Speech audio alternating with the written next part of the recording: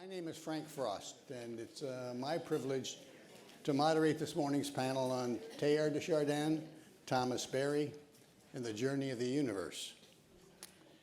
And we're blessed to have this morning, three very distinct perspectives on Teilhard de Chardin and Thomas Berry: a Catholic nun and physicist from Philadelphia, an Episcopal priest and musician from, you are a musician, right? Alaska, and an associate professor of theology from Pittsburgh.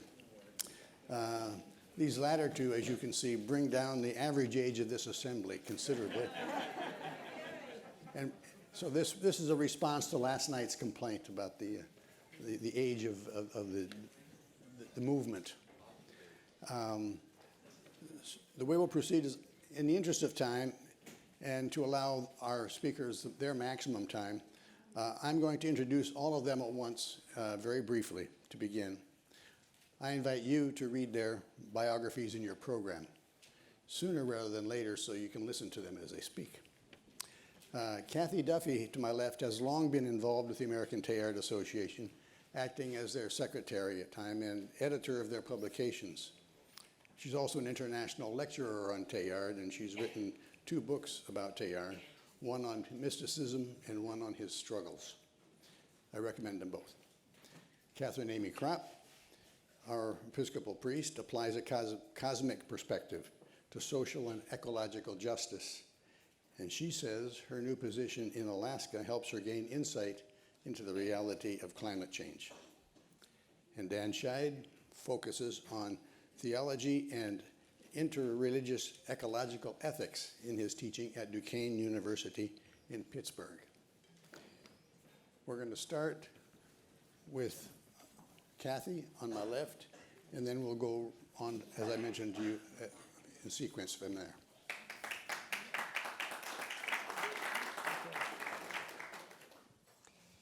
During this conference, we celebrate Thomas Berry's remarkable achievements and express gratitude to all those who are keeping his message alive and vibrant, especially Mary Evelyn Tucker, John Grimm, and Brian Swimme for making Journey of the Universe available to the world.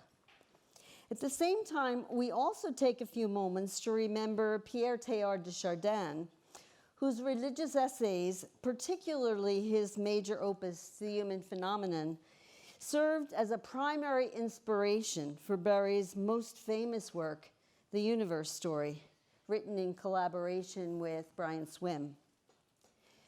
Thomas Berry has had a significant impact on my life and work. As far back as 1980, we invited him to address a large congregation of our sisters and associates, my congregation, the Sisters of St. Joseph of Philadelphia. At that meeting, he challenged the scientists among us to tell the story of the universe. This was sometime before he and Brian had published The Universe Story. A recent PhD in physics at the time, I was attempting to discover my unique contribution to the ongoing story, looking for ways to use my degree for the life of the world. I joined peace activists and environmental groups and spent 8 years teaching physics in the Philippines, hopefully doing good work, but always looking for a more integrated way of acting in the world. I found the idea of telling the story inviting, and so I began with small steps, focusing initially on Earth spirituality. The year after I returned to Chestnut Hill College, my artist friend, Sister Margie Thompson, who for many years had been creating art inspired by evolutionary themes, joined our faculty. Together, we decided to respond to Thomas's challenge and develop our own version of the story, modeled somewhat on the then recently published Swimme Berry Universe Story, but from our own perspective. We illustrated our script using slides of Margie's paintings and other images, and eventually transferred the slides to PowerPoint. We also had the sound recorded professionally with a particularly effective musical setting. One of our goals was to have our viewers become familiar not only with the facts of this amazing story, but also with the impact it could have on our own spiritual lives. We presented lectures, workshops, as well as a week-long retreat based on our presentation. We've shown our 30-minute universe story, our story, many hundreds of times, both alone and together, to students, congregations of sisters and associates, in parishes of several denominations, at conferences, at retreat houses, and even at one diocesan office. At one conference, Thomas Berry viewed our version and seemed to like it very much, which was very satisfying for us. So this became our contribution to the great work, a phrase we find in Teilhard's essay, Cosmic Life, written while he served as a stretcher bearer during World War I, and one that Thomas popularized over the years, applying it particularly to care for our Earth and efforts to stem the environmental crisis that besets us today. In Cosmic Life, Teilhard tells us the true summons of the cosmos is a call consciously to share in the great work that goes on within it. Let me get back. For Teilhard, the evolutionary process demands of those of us gifted with the ability to reflect on our actions much more than assent to evolution's certainty or simple sentiments of awe and wonder, although these are certainly welcome outcomes. Rather, since evolution influences every aspect of our lives, it should also inspire us to participate in the ongoing creative work of the cosmos.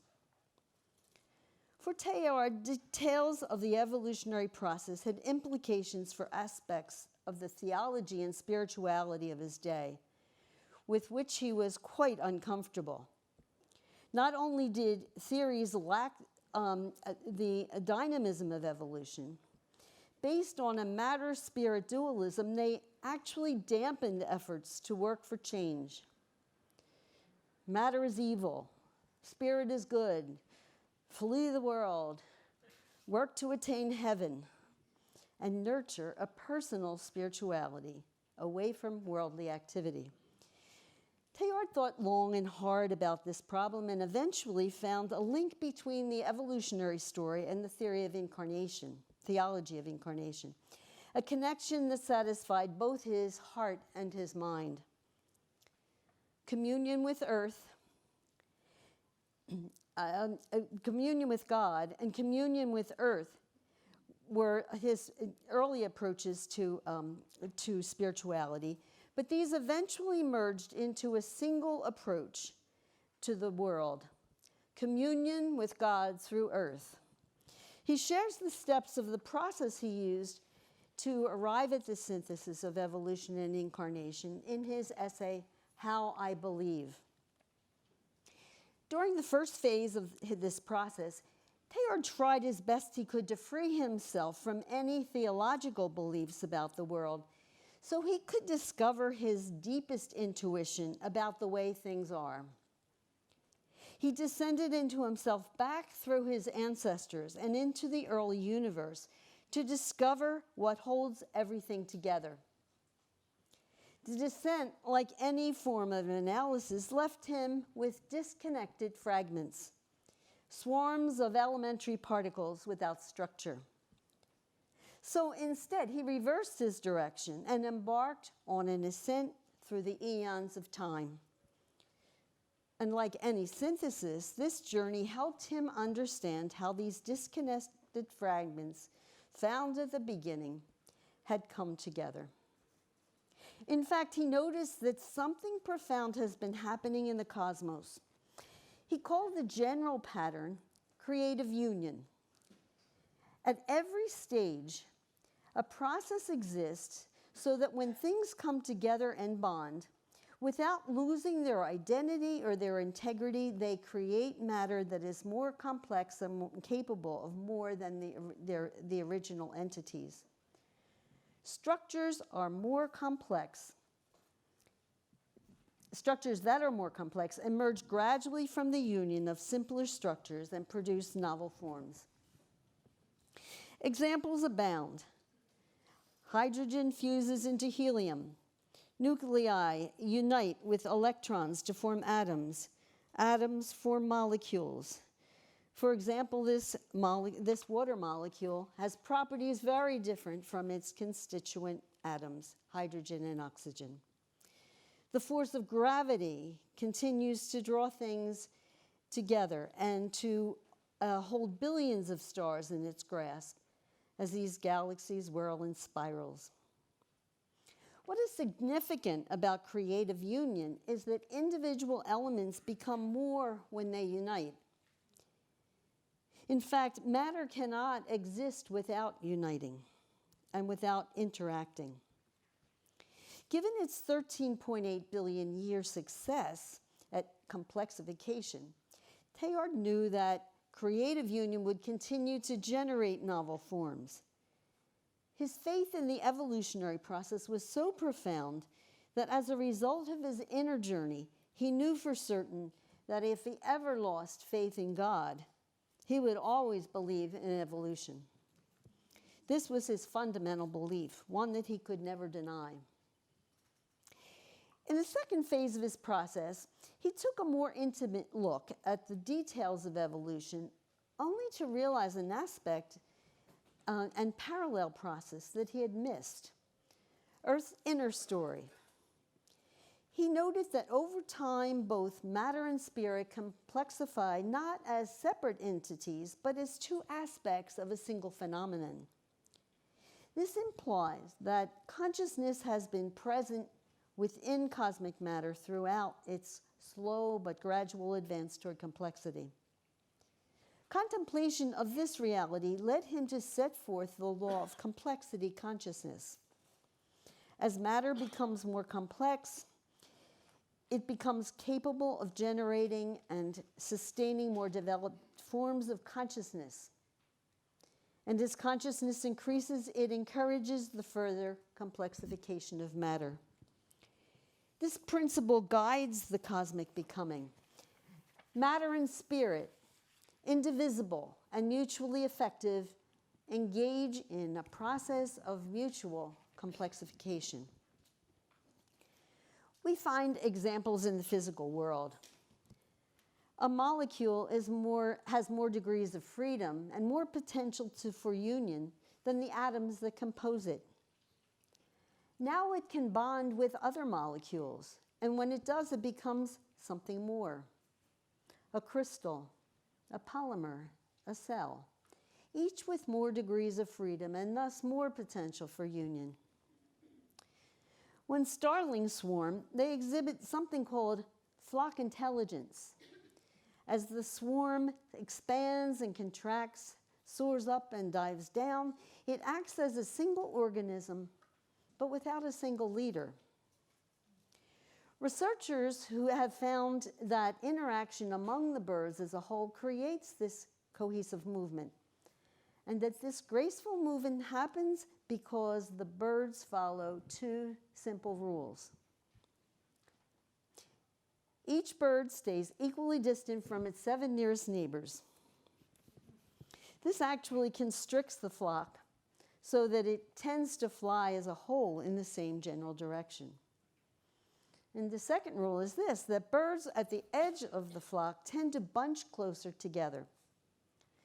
So since the distance between birds is not fixed, the shape of the flock is flexible, but it can expand and contract as needed.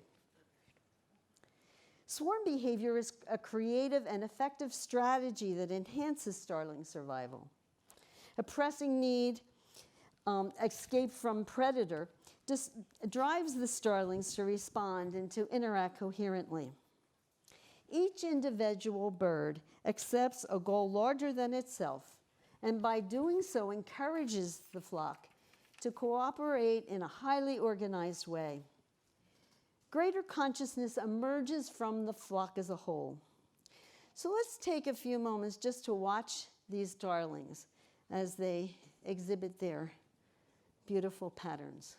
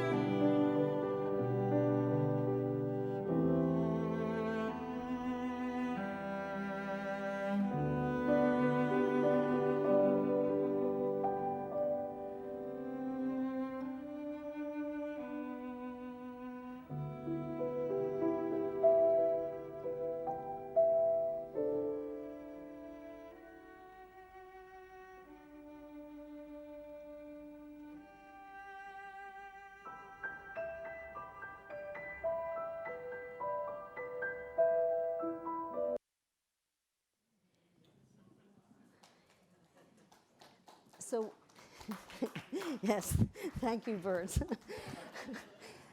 So one day I went out with my, with my iPad and started playing The Swan, and along came. Wouldn't you think that's the way it happened? But anyway, note that the choice of an activity focused on union leads the birds as a whole to a greater consciousness. During the third phase of Teilhard's contemplative journey, he considered the cosmos as a whole, plotting its ever-complexifying fragments in 4 dimensions, both space and time, and attempting to extrapolate into the future. He senses a direction. As the process of creative union and the process of complexity consciousness, as they continue to propel matter, spirit forward, the phase plot begins to resemble a 4-dimensional tapestry, one whose knots have become ever more complex, conscious, and capable of ever greater novelty. This convinces him that the universe will continue to complexify and to become ever more conscious. Up to this point, Teilhard has avoided referring to theological descriptions of reality. However, in the 4th phase, he searches Scripture for helpful connections. John describes the incarnation in terms of the word plunging into matter at the beginning. Paul speaks of the cosmic Christ alluring creation toward union with the divine. Viewing incarnation through the lenses of Scripture and evolution, Teilhard found the divine presence both immanent and transcendent. The processes of incarnation and evolution became dynamic and complementary phases of a single movement, forming together a cosmic Christic stream that leads to ever-growing unity and ultimately toward communion with the divine. Another characteristic of the evolutionary process as a whole is the pattern of death-resurrection that Christians call the Paschal Mystery, a pattern found even in cosmic and earth processes. Although a volcanic eruption seems purely destructive, after a number of years, the soil at the bottom of the volcano becomes wonderfully enriched, a joy for future farmers. Again, when a massive star explodes as a supernova, rather than being wasted, the material from the dying star that is spewed out into space is eventually gathered gravitationally to form new stars, richer in elements than the original star. Often what seems like chaos is instead a wake-up call. I am reminded of the playful way that Swim and Berry talk about one particularly critical wake-up call in Earth's story. According to Brian, before the eukaryotic cells emerged, prokaryotic cells were already engaged in photosynthesis and breathing out so much oxygen that Earth was in danger of a great conflagration. However, the evolutionary movement toward greater consciousness propelled the emergence of eukaryotic cells that breathe oxygen and not only diverted a disaster, but also contributed to Earth's balance and diversity. Throughout his life, Teilhard applied this triad of creative union, complexity consciousness, and death resurrection to his own life. Instead of rebelling by tearing himself away from the church and his Jesuit order, he lived out the principle of creative union by remaining within the institutions and by attempting as well as he could to reform them from the inside. And although he was hampered on all sides by a promise not to publish his religious ideas, he did find ways to share them with many. Most of his friends and colleagues knew what he was up to, and though few understood the entirety of what he was trying to say, they appreciated his efforts. Some even helped him to revise the way he was articulating his thought so that perhaps publication might be possible. But he understood the slowness of the evolutionary process. He would be comforted today to see many more people take evolution seriously, not simply as a scientific theory, but as a theory that has implications for their inner life and for the life of the world. Teilhard also valued the pattern of complexity consciousness, desiring always to experience the enhanced creativity that is available when life and thought are shared. The resonance he experienced with students and young seminarians who flocked to his lectures in Paris because of the freshness of his thought encouraged him to continue to develop a synthesis that was not only vibrant, but also vitally necessary for his time. Finally, Teilhard's mystical relationship with the cosmic Christ supported him. Throughout his life, he suffered so deeply that the Paschal mystery became a vivid reality for him. His exile from Paris, the rejection of his thought by the church, difficult living and working conditions. None of this was too much of a burden for him because he was not bearing it alone. He knew his work would survive his short life, that eventually others would understand it, enhance it, and drive it forward. Teilhard's times were not easy, and neither are ours. Yet Teilhard believed that we are made for these times, that our 13.8 billion year journey has prepared us to do the great work needed for this moment in history. In fact, the world is waiting for catalysts to ignite the fire that will move humanity beyond its present state to a state that is more alive, more conscious, more loving. Teilhard believes we're up to the challenge, and hopefully so do we. Thank you.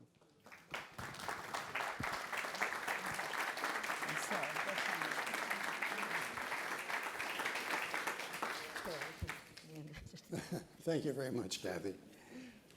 Now I turn this over to Catherine Amy Krapp, who will give us quite a different perspective, going more deeply into Thomas Berry. Good morning. As we gather together in this room to consider the visionary writing of Teilhard de Chardin and Thomas Berry, I imagine we carry with us into this space particular geographies, places of the land and sea and spirit that are guiding and informing us. And I imagine we have brought these places with us into this room right now. And whatever and wherever they are palpable. They are, I imagine, places for you of immense beauty, which give you a sense of exaltation, and at the same time, places of extreme vulnerability, for which you may ache and even weep. Our memories of the earth, even if we consider our memories to be sort of intangible things in our heads, are still representing the physical realities and places where we left them. And these physical places are still speaking to us with urgency, inspiring us to do our part, no matter how small, in the great work. Geography matters. I mean, the particular places on the surface of the planet that we remember and carry with us, they matter in practical ways. Why? Because they are portals into the collective journey of the universe, into this great communion of which Berry speaks. For Berry, it was a particular meadow across the creek from his home in North Carolina, through which he first found himself as an 11-year-old child, falling into the larger cosmos, and a place from which he would not really leave. He was always in this place after that, and this place was always in him. From that moment, this meadow returned to him again and again, so often that it was quite obviously inside of him. Place, person, memory, spirit, became indistinguishable. And this was the moment, the space, the geography through which he viewed and understood all things. It was his portal into the cosmos. I imagine he is still there in that living meadow, and that this living meadow is in him. Whether we have one clear, distinct, and perhaps even mystical encounter with the earth, such as the one between the young Thomas and his meadow, or whether we are formed perhaps by an indistinguishable collection of places, there's no doubt in my mind that these places are formative and that they are speaking to you and to me right now. Even if we are immersed in a modern and disconnected, urban, conventional lifeway, and we cannot hear even as our bodies are designed to hear, the different geographies of our life journey are still speaking, vibrating in particular ways and at significant moments, whether we are aware of them or not. And so what is your geography, the one that brought you into this room? Is there a living meadow that is speaking to you? Have you been back to this place? Has this place returned to you? I don't think this is an abstract question. We are here today because we are deeply inspired by Teilhard and Barry, and we can be certain that Teilhard and Barry were listening very carefully to particular geographies which informed and moved through their writings like the propagation of energy in waves.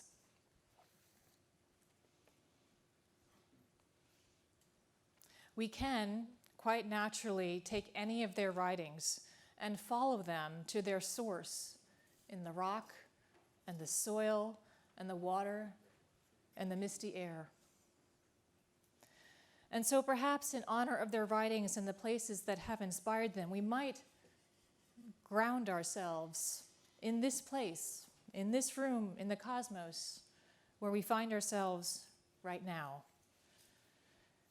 I invite you, if you wish, to close your eyes, to feel yourself in this space, your body against the chairs, your feet against the floor, your full self within this room that has been made by us, by humans, layers of brick and plaster, metal, stone, and wood, strong and orderly and protective, under the illumination of artificial light and within the vibrations of the world around us. This is our built environment, our self-made enclosure.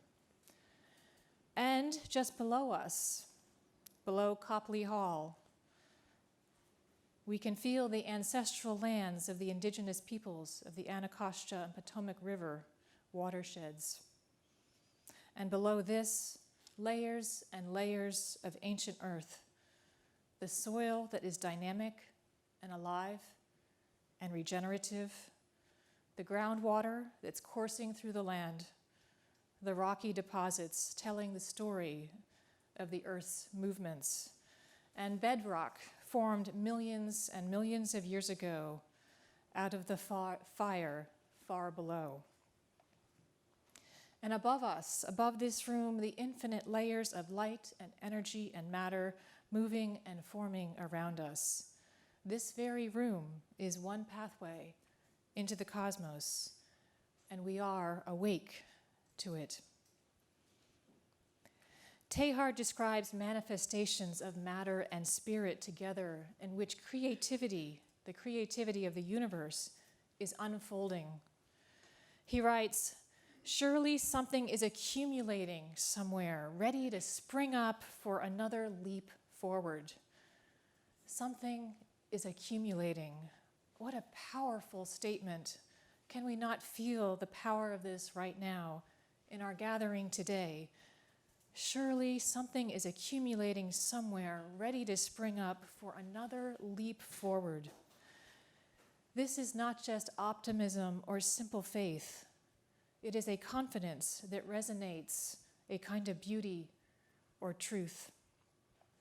And these are words that are rooted both in matter, the bedrock and the soil, and in the spirit of the universe. And in the integral universe of which we are a part, these words of Teilhard, and this matter of which we are made, and this spirit of the universe, all dwell within us and among us in this place. If, as Teilhard proclaims, something is accumulating, something ready to spring up, perhaps this is even right here. There is a sense of emergence. A few months ago, I moved to Alaska, where I had never been before. I accepted a call to ordain ministry as an associate priest in a large Episcopal parish in Anchorage. Alaska is traditionally seen through a romantic lens. It offers enormous vistas of dramatic mountain chains, long-lasting sunsets, spectacular displays of the aurora, pristine landscapes, and a sparse human population. Moving to Alaska and taking with me the vision of Teilhard and Barry, I found that the earth and the sea and the cosmos have greeted me with a bold and certain urgency. Here I find their words speaking to me in new ways, and I'm embraced by vibrations deeper and even more penetrating than the ones I felt in coastal Maine, which is my own childhood version of Thomas's living meadow. I'm entering now into new geographies of place and spirit. The mountains are overwhelming. They are so overwhelming that they demand a response that leads to a search for meaning. In the universe story, Brian Swimme and Thomas Berry describe mountains as agencies that participate in the universe. As they write, a human being can climb the mountain and get hit by something so profound at so deep a level that the human will never be quite the same. This dynamic of the mountain is accomplishing something in the universe. It is acting, and it is altering reality. This is a language that is deep and primal and urgent. It describes, as Barry writes in The Dream of the Earth, the continuing revelation that's taking place in and through the earth. In Anchorage, I also lose track of the boundary between the urban and the wilderness, gaining access at the same time to what is remote and what is urban.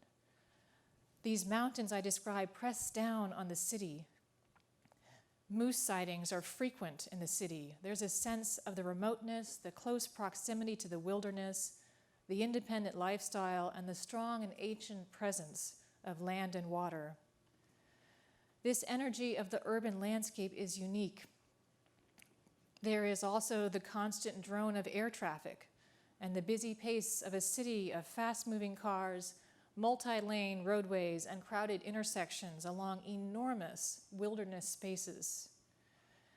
Deep inside the city, there also lies an ancient and indigenous presence, a very palpable sense of suffering and injustice, and the needs of so many people on the margins. This is a geography that is profoundly beautiful and extremely vulnerable at the same time.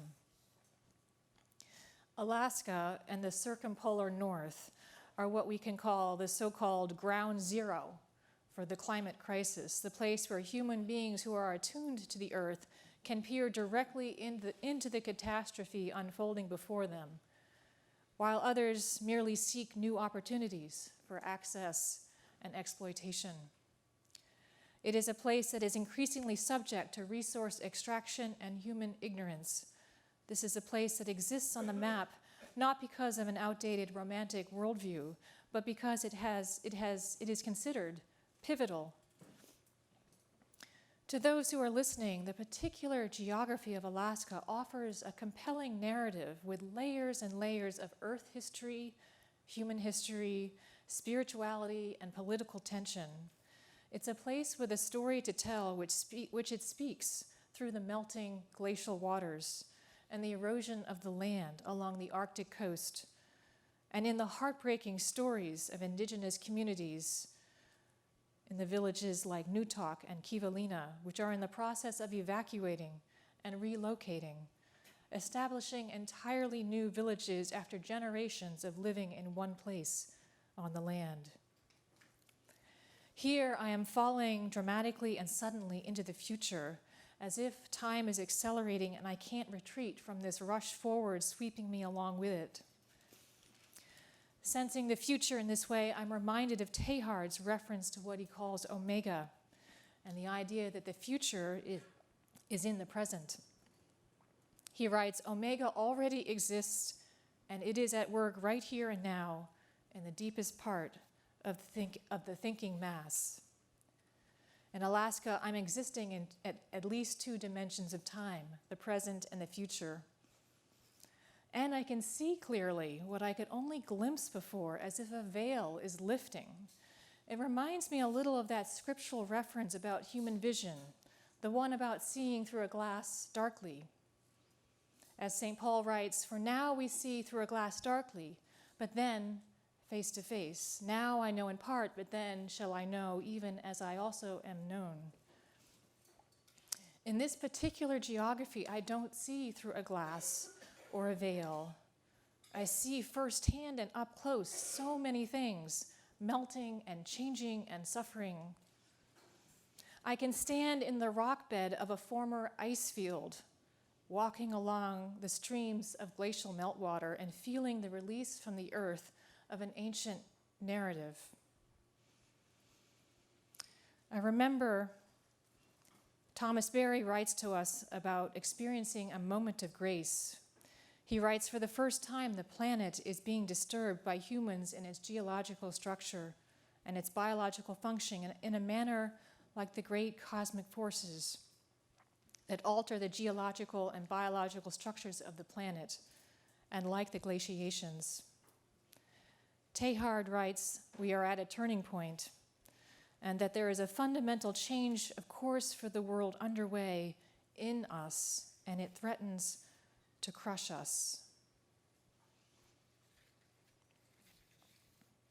And so if we might now return to this room, to this gathering, to the bedrock below us, and consider Teilhard and Berry and the geographies that have inspired their work, we may remember that we're part of a communion in which each one of us is singing and bringing Teilhard and Berry into our own context.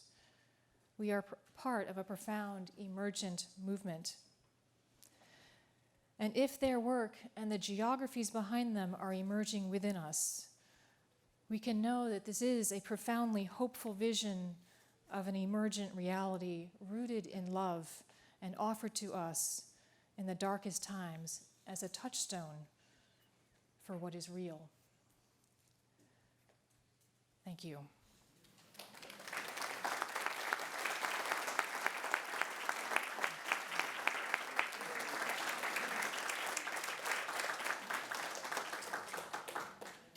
As promised, we have different perspectives, and now we have one more. Dan, thank you. Yeah, thank you. First, I want to thank John Borelli, Georgetown University, Mary Evelyn Tucker, John Grimm for this invitation.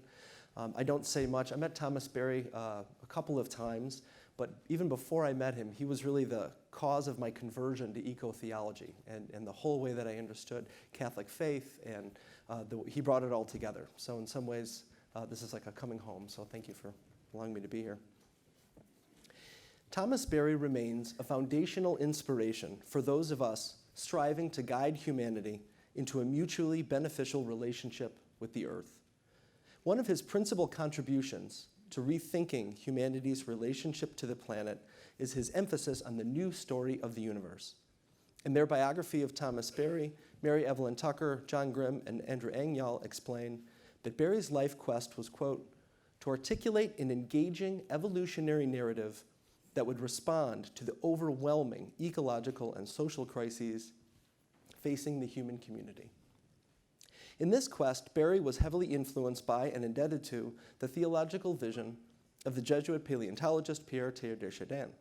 A president of the American Teilhard Association for many years, Berry learned from Teilhard the centrality of evolutionary theory, and the need for, quote, an integrated story that could evoke for humans their role in the arc of Earth and universe time. Both Teilhard's and Berry's writings are suffused with a sense of awe for nature and nature's ability to mediate the divine. Teilhard and Berry point to a key element of human participation in the cosmic story, the experience of wonder. In my remarks today, I want to move in three parts. First, a brief overview of two central ideas that Berry absorbed from Teilhard. Second, three key dimensions of Berry's description of the cosmic story. And third, how this is expressed in the film inspired by Berry's work, The Journey of the Universe. Throughout, I want to highlight how the human capacity for wonder at this miraculous story is an important legacy of Teilhard's and Berry's work for us today. Thomas Berry absorbed a vital orientation to his worldview from the study of Pierre Teilhard de Chardin. From Teilhard, Berry developed two noteworthy commitments. First, that the universe is simultaneously a physical and a psychic reality.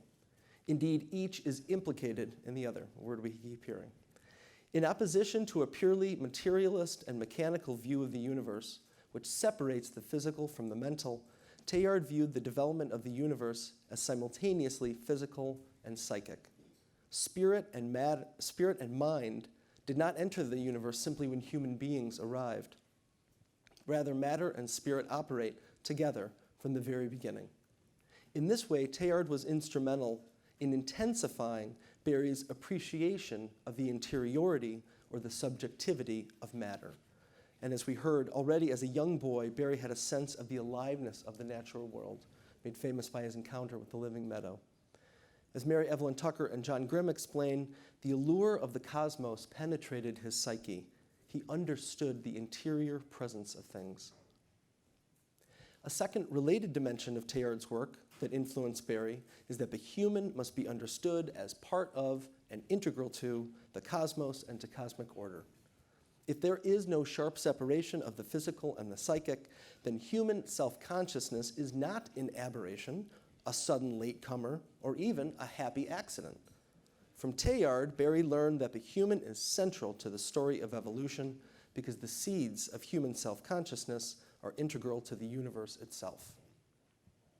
Thus, for Berry, the journey of the universe, as described by all the major contemporary sciences, is the most important discovery of the 20th century, a discovery we're still unpacking. The epic of evolution, he says, is our sacred story. Following Teilhard de Chardin, Berry views evolutionary theory not simply as scientific fact, but as a new condition for humanity's self-understanding. Just as Copernicus altered humanity's sense of place within the universe, so too did Charles Darwin, Edwin Hubble, and others help to revise our conceptions of time. For Teilhard and for Berry, then, the perspective of evolution provides the most comprehensive context for understanding the human phenomenon in relation to other life forms. The story that humanity tells about itself, including its relationship to God, must be understood within this broader and more encompassing narrative, and this story can become the basis for social and cultural change. As evident in their writings, Teilhard and Berry believed that the retelling of the cosmic story must be done in a way that will evoke wonder.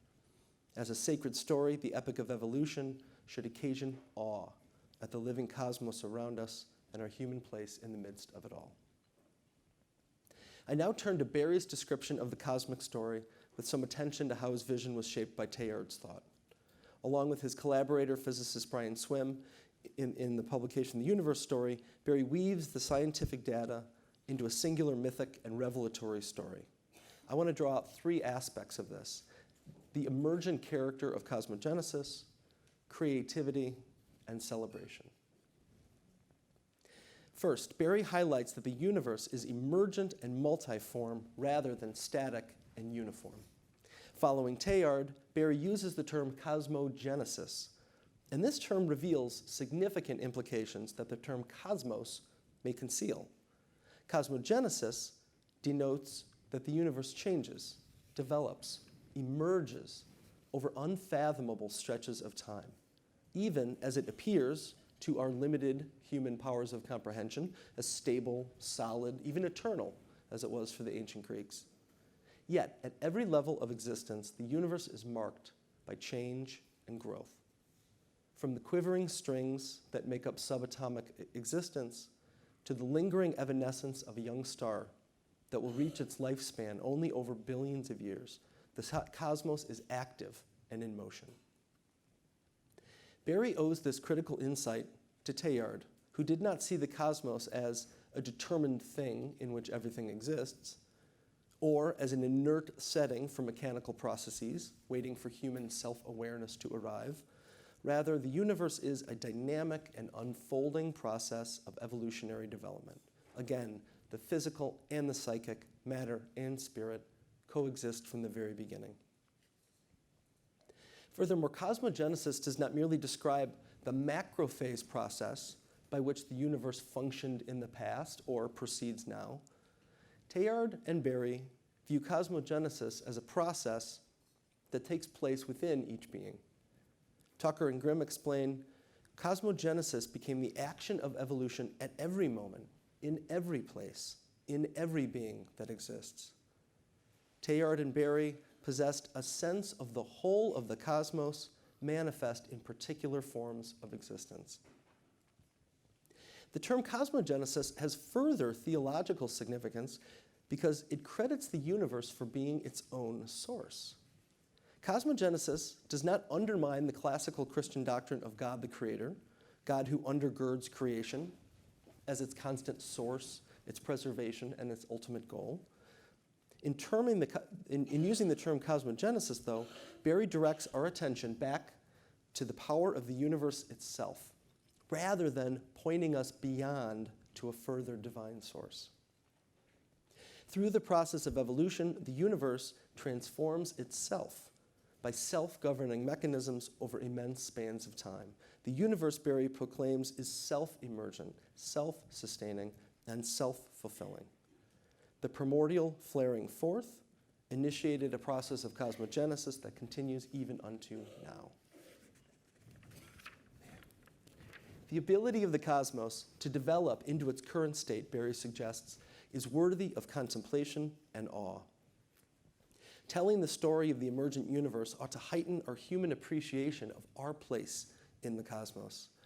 It might lead us to an awe of what Berry terms that numinous mystery which pervades all the world, or what a Christian might describe as praise of the Creator and gratitude for the gift of existence. But cosmogenesis also ought to imbue us with a sense of awe for the mysterious cosmos itself. The power of the cosmos to unfold over time, to stretch in unimaginable directions, orients and stimulates our wonder. Second, Berry emphasizes creativity in the emergent cosmogenesis. Creativity lies in the balance between wildness and discipline, the two guiding forces of the universe. Via Teilhard, Berry perceives in the somewhat chaotic process of evolutionary development a sense of order and general progression. In the curvature of space, in the force of gravitational attraction, there is a constant interplay of law and chance, and therefore the possibility of a creative disequilibrium.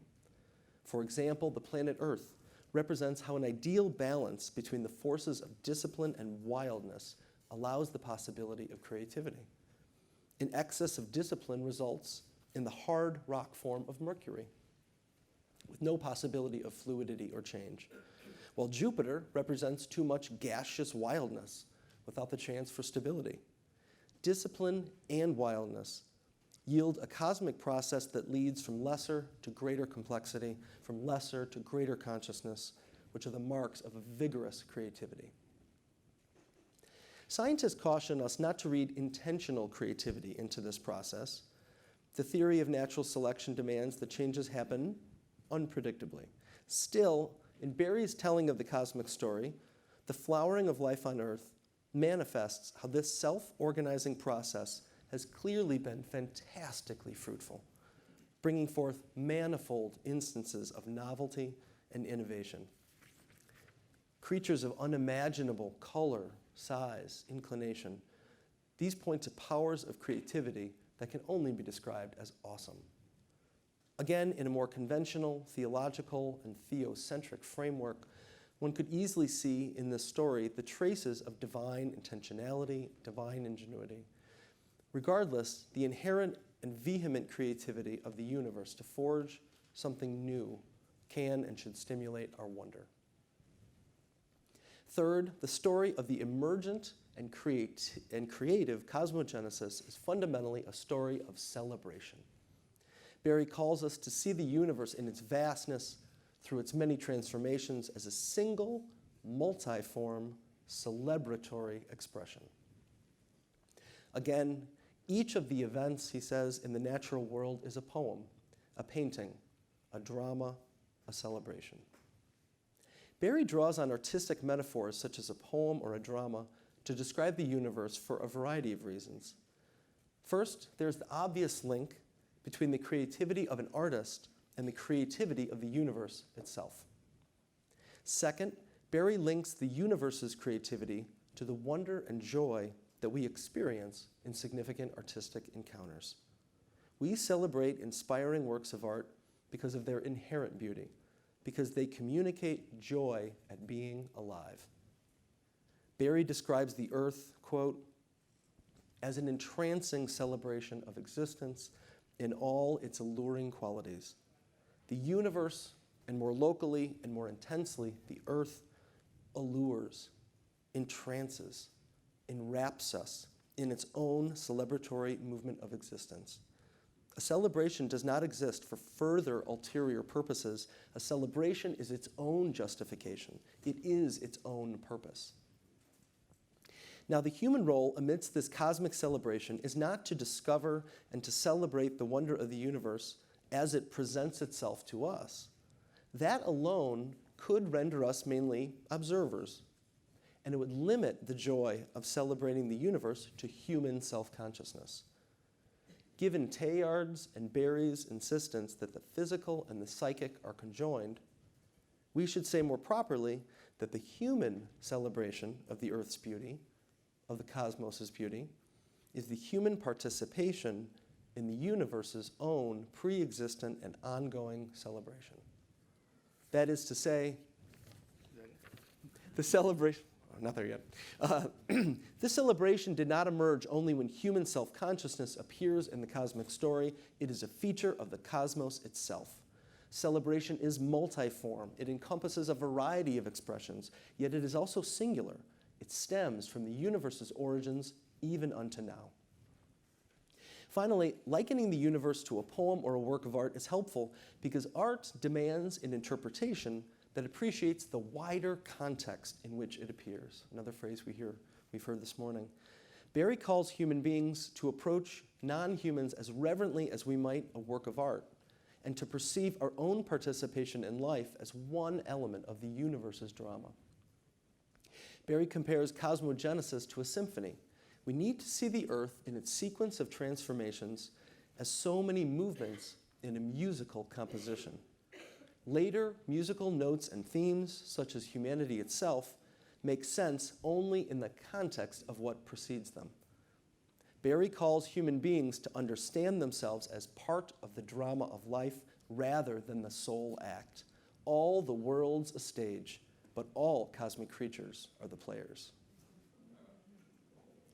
For Barrie, the story of the universe is a summons, a call to return us to our cosmic identity, an appeal to return our gaze to the stunning beauty of the earth and the incomprehensibly creative cosmos. Barrie and his collaborator Brian Swimme authored The Universe Story, which strives to narrate this self-celebratory cosmogenesis in a way that people can appreciate the transformations of this cosmic symphony. This vision guided the production of the award-winning film and project, The Journey in the Universe, produced by Brian Swimme, Mary Evelyn Tucker, and John Grimm. This project represents the most sophisticated effort to date to bring the new story of the universe into the humanities and to express the deeply human dimension of this story. I'm going to focus now on the film itself. Throughout the film, Swimme, as narrator, articulates the various phases of cosmic evolution. And at each stage, he explains in accessible terms not only what the sciences tell us, but why this matters for our human self-understanding. This amazing story places human identity in full continuity with cosmic development. For example, remarking on the huge pulsating spiral arms that form the Milky Way, Swim comments, "We live in the midst of this intense creativity. Human creativity," he suggests, is a particular form of an already existing galactic and cosmic creativity. Later, Swim asks how we might understand the process of photosynthesis. Some might see it simply as an engineering project, perhaps, but Swim also offers the metaphor of two lovers who meet in an exchange charged with energy and promise. Similarly, when discussing the development of compassion, Swim asserts that scientists postulate this began hundreds of millions of years ago in the ocean with ancient fish. Mother fish frightened away predators rather than eat their own young. This was a new behavior. It was taken up and expanded by mammals, where babies are not just protected from predators, but are nourished directly by their mothers.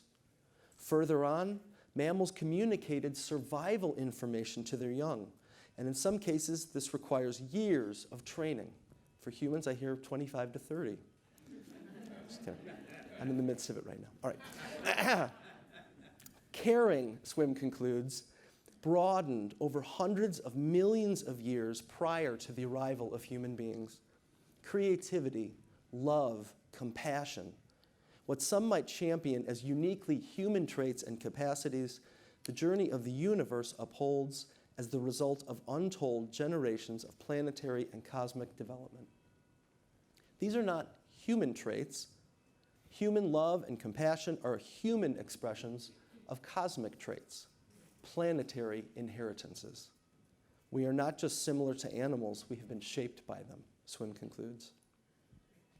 Rather than diminish our humanity, this link strengthens our human belonging to a wider community. Cosmogenesis is not indifferent to human flourishing, but indeed human self-consciousness is an expression of the universe itself. As Barry often said, the human is that being in whom the universe activates, reflects upon, and celebrates itself in conscious self-awareness. The film ends on a note of ambivalence. With the emergence of human symbolic consciousness, human beings begin to take control over the systems of life on Earth. Human beings are now as powerful as the planet itself. How should we use these unprecedented powers to develop ourselves in a way that enhances the well-being of the planetary community itself? Swim asks, is there any deep wisdom that might help us align our consciousness with the grain of cosmic evolution? Wonder will guide us, he answers. Our deepest yearning is not to consume and enjoy the Earth's resources or to control it for our benefit. Rather, it is, he says, for wholehearted participation in the cosmic story, to experience ourselves as the mind and heart of the universe. At the end of the film, Swim expresses the essence of the universe story in poetic terms, evoking the kind of wonder he hopes can guide us. Over the course of 14 billion years, hydrogen gas transformed itself into mountains, butterflies, the music of Bach, and you and me. Brian Swim, Mary Evelyn Tucker, and John Grimm, and all of us here in this room today, continue the work initiated by Pierre Teilhard de Chardin and Thomas Berry, which is now a pressing task for all religious communities and for the human family, narrating the story of the universe in a way that expresses its beauty and inherent goodness, and that articulates our human purpose within the universe so that we might reorient our cultures in a way that is sustainable. An indispensable part of the story I propose is wonder. Wonder at the immensity of time and space in the universe's story. Wonder at the universe's countless creative developments. Wonder at our deep continuity with these cosmic processes. And wonder at our capacity to embody, to give voice to this awe on behalf of the universe itself. I'd like to conclude with the words of Thomas Berry. who voices this sense of wonder at our shared cosmic story, in which he asks various beings what he should say about them. I asked the moon, what should I say? And the moon said, tell them my story. And I asked the wind, what should I say? And the wind said, tell them my story. And I asked the clover out on the lawn, what should I say? And the clover said, tell them my story, the mountain story, the river story, your story, the indigenous story, the great story. Thanks.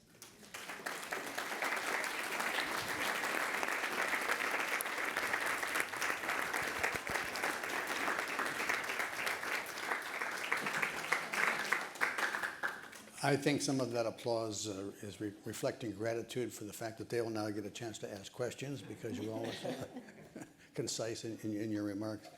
Thank you, all three of you, for your thing.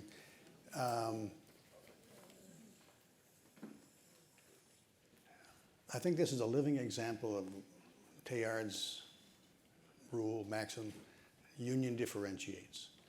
We have very different perspectives here. The more there is union in your vision of understanding of Teilhard and Thomas Berry, but the becomes more you as you address these issues. I'm going to take a second. You're going to ask some questions here in a minute, but first I'm going to give them a chance to talk to each other a little bit, I hope, if they're interested. But I have to say personally that I had to be a convert to Thomas Berry. Not because I was resisting, but because I was ignorant. So I came at this from Teilhard de Chardin. If you read my bio, you'll know that my wife and Mary and I are producing a television show on Teilhard de Chardin. And that led me to talk to my greatest friends, Jane Blewett and her late husband, Lou Nisnik. Jane's here somewhere in this room. And when I would go to talk to them about the Teilhard interest, they would talk about Thomas Berry. I didn't know why, but they're my friends, so I listened. They were deeply involved. Then at a meeting here in this room at one time, I'm sure John Borelli doesn't remember this, but John and I were talking. He says, what are you working on? And I said, Teilhard de Chardin. And he started talking about Thomas Berry. And then I went to New York to the American Teilhard Association meeting. And there I expected that we would be talking about Teilhard de Chardin. And we were. And John and Mary Evelyn are among my very first supporters, both financially and in support with the American Teilhard Association. And then they talked about Thomas Berry. So now I'm a convert. Now I'm listening and I'm learning, and it's a wonderful thing. But I understand how Thomas Berry developed from the thought of Teilhard and expanded it. Among early people we talked to, they emphasized the fact that you don't keep repeating Teilhard's thought, but you build on it. You go beyond it. And I think we're now at that point, perhaps, where we're going to keep thinking about Thomas Berry in the same sense. So now I want to ask you all one question before I turn this over to others. There's been a lot of, I've heard several times in the last 24 hours that Teilhard was perhaps excessively anthropomorphic. You mentioned in your remarks that the human, I'm sorry, anthropocentric. Thank you. You mentioned that the human consciousness is central to Berry.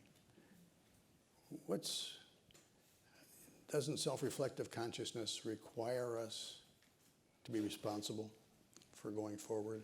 What is the place of the human in this Berry universe?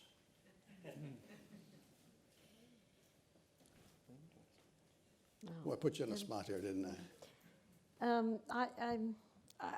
would think that calling Teilhard anthropocentric is probably not fair.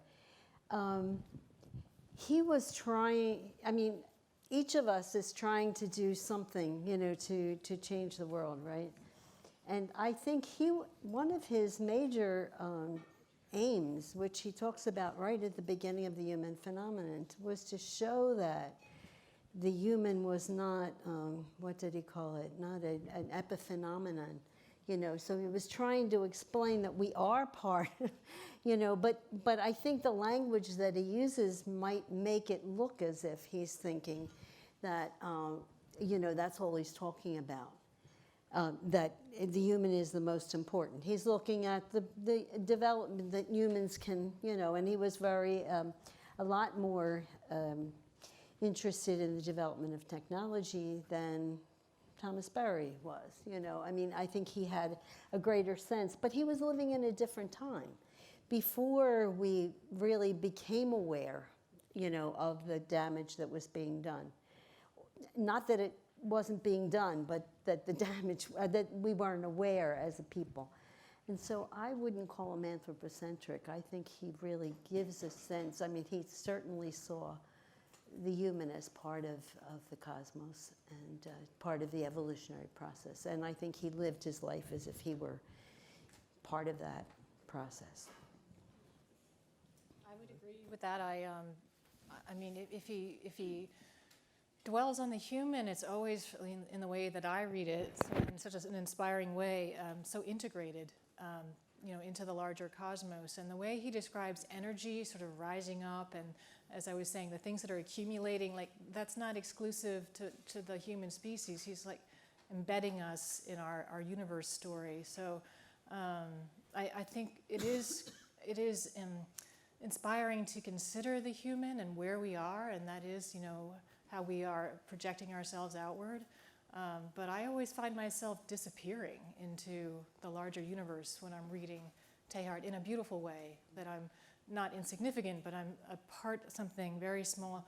I'm a small part of something so magnificent and timeless, and I'm moving along this tide of energy that's rising. So I almost feel like I become, as magnificent as an insect or some other manifestation of the cosmos, and not like I'm special. So. Mm-hmm. Yeah, I think anthropocentrism was early on pegged as one of the causes of the ecological crisis and of ecological devastation. So there is always that concern when you hear a focus on human or human self-consciousness or human uniqueness. But I think through Teilhard and through Berry, as human beings recover their cosmic identity, as Catherine Amy just expressed, it's not a license to exploit the earth even further. It's to recover a sense of intimacy and of responsibility for the world around us. What would the three of you think of, what was the leap, evolutionary leap you might say, from Teilhard to Thomas Berry? What made his insights, intuition, vision different from Teilhard's? To tell this as a story. Yeah, right. That's the only difference. And by the way, he would use the word You got the microphone right there? of anthropocosmic. Yeah. The human is an anthropocosmic. The difference that Thomas would say, because he feels he's very much in continuity, would be to tell this as a story. That's all, and to make it more accessible. And that's what it has done, because story moves people. And what the way the human would be seen by both Teilhard and by Thomas as an anthropocosmic phenomenon, the human as part of the whole universe. That comes from Confucianism, but it's a term now widely used. Yeah. Thanks very much. I can't miss the opportunity, Kathy, to address, and please anyone, but Mary Evelyn is leaning heavily on Thomas as telling the story is the difference. Yeah. But Thomas would say Teilhard is the first to tell the story in the human phenomenon, the phenomenon of man. Right. And yet Teilhard described it as science. Could you talk a bit to Well, that? he was a scientist. I think that's the first thing, that he was speaking from his strength. Where Barry, I was noticing today in so many of the talks, Barry is so much more grounded in cultural, evolution, where he was looking at scientific evolution. So he's giving the facts of that and then trying to look at it to see, he sees this, this inner story also that scientists aren't talking about. So I think that's his strength, where Thomas Barry is doing a whole different thing in a way with the cultural. I mean, they're both doing the same thing. They're again, as Teilhard does with everything, it's two sides of a single story, and I think Thomas Barry has certainly enhanced what Teilhard has said by making it much more accessible. So many people say, well, I read Thomas Barry or Teilhard in the 60s and, didn't understand him. And that's, usually what you're hearing from the general population until they get a little more grounding. But with Thomas Barry, people seem to get, what he's saying, But Thomas couldn't have done it without Got your microphone? science, That's right. Brian, and we couldn't have done Journey without 10 years of That's science. right. So it's a new fusion of Collaboration, science yes, and exactly. culture, and that's Yeah. what's unique about it. And I think even the three, what is it, is differentiation, subjectivity, and communion. Teilhard didn't say that, but he did. And that's what I tried to talk in my, use his language, which was creative union, complexity consciousness, and I think the Paschal mystery is the third. Aspect, the fact that, we die and we move on to the next. And, so there's a lot of connection there that I think it's good to explore and to, enjoy together. We have a question over here. I'm going to ask you, we're going to open up to about 10 minutes of questions, and I would ask you to put your question in the form of a question. Thank you very much. Your presentations brought out different capacities in us in terms of imagination, sight, vision. So thank you very much. You added that dimension. What's striking me as I hear this whole morning is a radical challenge to the basic ways in which we learn how to learn. I mean, this is very basic, but I'm assuming young people who are here in this university, how they have learned how to learn and how much of it is apart from the universe, apart from that story. And this is very, very basic, but I think we have to address the whole way pedagogically we approach learning, whether it's getting a person ready for religious life or marriage, career. It's all universal. And I believe our general American way of education lacks the full story. I just throw that out as a... Okay, and I would turn it into a question by asking you what the implications are for education from the Barry vision. Well, I can certainly speak to that as a former science teacher. I think there's a fundamental obstacle that we face and we're not fully aware of as we look at the climate crisis and the environmental issues, which is how we take in that information and not realizing, not to fault our educational system, but when you're teaching science in one classroom and art in another, your brain is being conditioned by that. And the reality of the cosmos as presented by Teilhard and Barry is that art and science and beauty and pattern and structure are all integrated, and yet our brains are capable and plastic enough for us to go through this new training. But I think you're absolutely right. We don't even realize that we're unable to see solutions, see connections, see our place because of the way we've been conditioned. And that's something I think we could change. You're a teacher. I am. One strategy that this might come from Barry, but is to use art, to use film, to use visualization, and even some contemplative exercises. I think my students in particular, I don't have to tell them that we live in a fast-paced, hectic, stressed world. They feel it all the time. And they don't feel in their bodies, and they don't feel in a space. Every space is just is neutral and indifferent to them. to try to get them more into a sense of connection to themselves, to the people in the room, and the place where we are, I think they find that liberating, grounding, and they want more of it. And that is a perfect segue into understanding our connection with the rest of the universe. I have another thing. I was just going to add to that the other problem I see is the excessive emphasis on the individual. That our society is just so driven by individual pathways. Even as a student in school, you're sort of encouraged to go on your path, figure out what makes you happy, find your career. When really, what we're learning is that we are communal. We are part of something communal, and if we can't see it that way, we're going to fall into despair and not see ourselves as part of this vast web. And I think that's a big problem as well. Do you have anything to add? So I just retired from teaching, so I thought I was going to get a break. But, two things that I think that came immediately to my mind that I thought would be helpful, for us to even expand that happens in our college. Our environmental program, it's not just about learning the facts, which is often the way science is taught, so objectively. But the students are out there in the stream that's right on our property and collecting species and working with them and looking at them and trying to understand the biosphere that we're in. And then the other thing is we had an interdisciplinary honors program where we bring in supposedly 2 subjects, but we end up with 3 or 4 sometimes because our faculty are getting more and more interdisciplinary.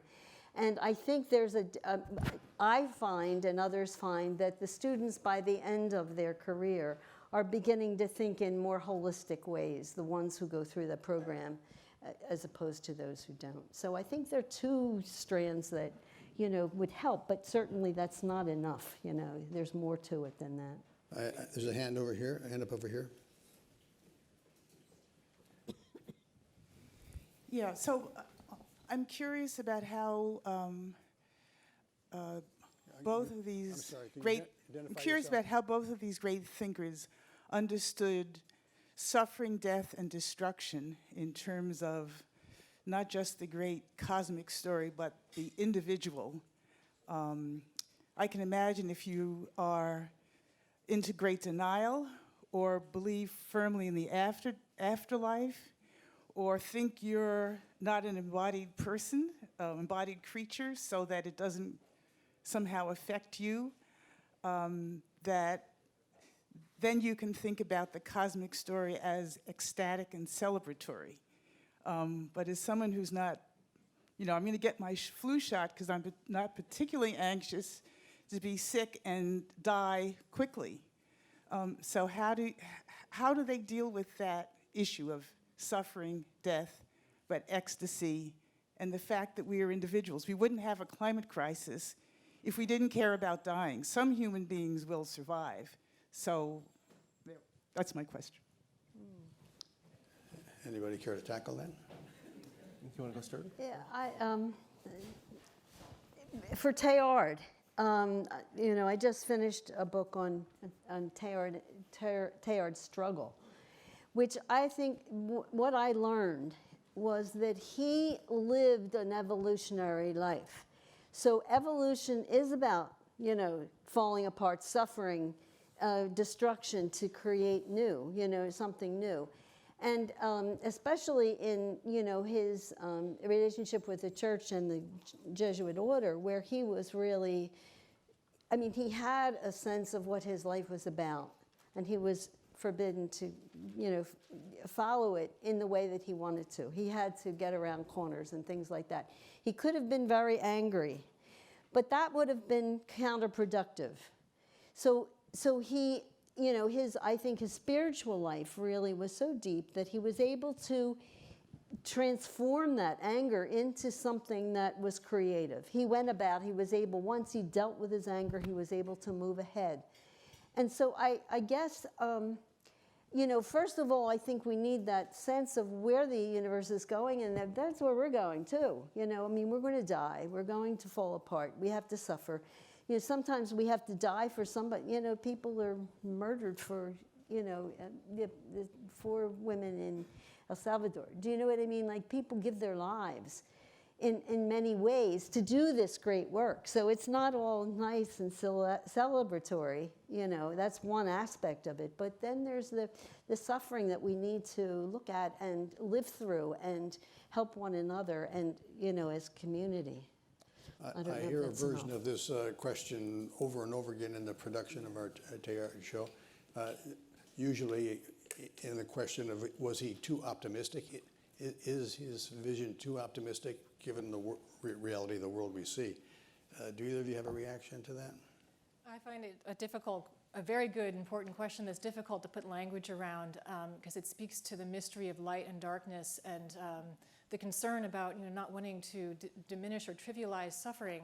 But with Teilhard, I must say, I think and I'm not sure I'm going to be able to find why this works for me, but the story of him being in the trenches is really impactful on me. So this is, he's a stretcher bearer in World War I, and he writes from the trenches about seeing and bearing witness to terrible destruction and suffering. And at the same time, he's watching the ebb and flow of the cosmos. And it doesn't diminish the suffering of the human lives with him. But he's seeing this larger vision.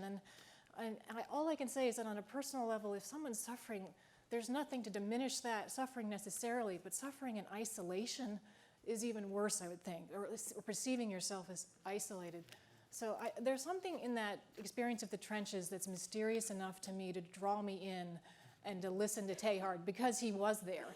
If he didn't go to war and stand in some place like that, I might not be able to read his writings with as much faith. Yeah, just to add on to that, and Barry has been critiqued for that as well. And the answer I usually give is he doesn't want to be naive about the amount of suffering and death that the universe has experienced. But the overarching comprehensive context is one of development and celebration, rather than the overarching context is one of suffering and death, and celebration is just this little thing that we can sometimes latch onto and grab onto. I think that's the prevailing ethos of our culture.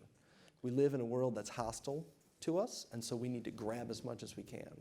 And I think they're trying to reverse that general flow.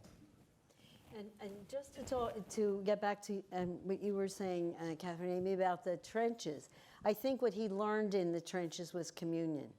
He was working with people who were totally aimed at, totally focused on a particular aim. And that was overwhelming, and I think he felt that it was possible, from that experience. Is this a very short question? Okay. We're bumping up against lunch, so we'll make this a very short question. Hi, I'm Greg Drury, homegrown Teilhardian. One of the things I find most impactful about Teilhard is his giving us a sense of God. When you ask someone who has a mystical bent how they describe it, they make up their own words, and Teilhard probably has a vocabulary that he made up of 100 different words just to help. So my question is, everyone's interpretation of the word consciousness, because consciousness is only as good as much as you experience of consciousness. So using it as a verb and saying becoming more conscious, it eventually gets to be a spiritual concept or a self-actualization so that you can comprehend. Does that make sense to anyone? And that's my question is, can you comment on the word consciousness and what your interpretation is and how you explain it to the average person? He was good in asking the question briefly. Now you have to be good in answering briefly. I was talking to somebody at the break about something similar to this. Today, the neuroscientists are talking about the brain, trying to figure out how that works. And there are many scientists who are saying all it is chemicals and wires. And so I think what Teilhard brings to it is a sense that there's something more going on here.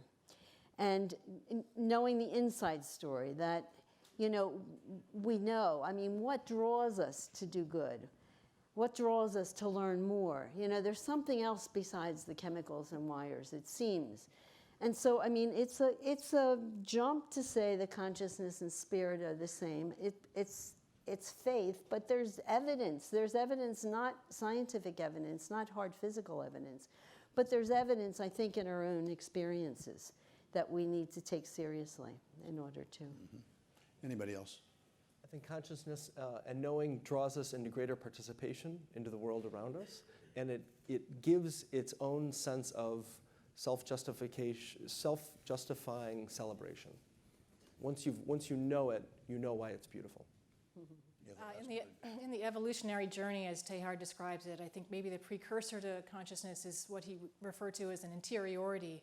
And when you read the phenomenon of man and you follow that through, it's really quite compelling that there's something that we don't value as much in our modern world, where we think everything's concrete and scientific needs to sort of see things that are visible and measurable.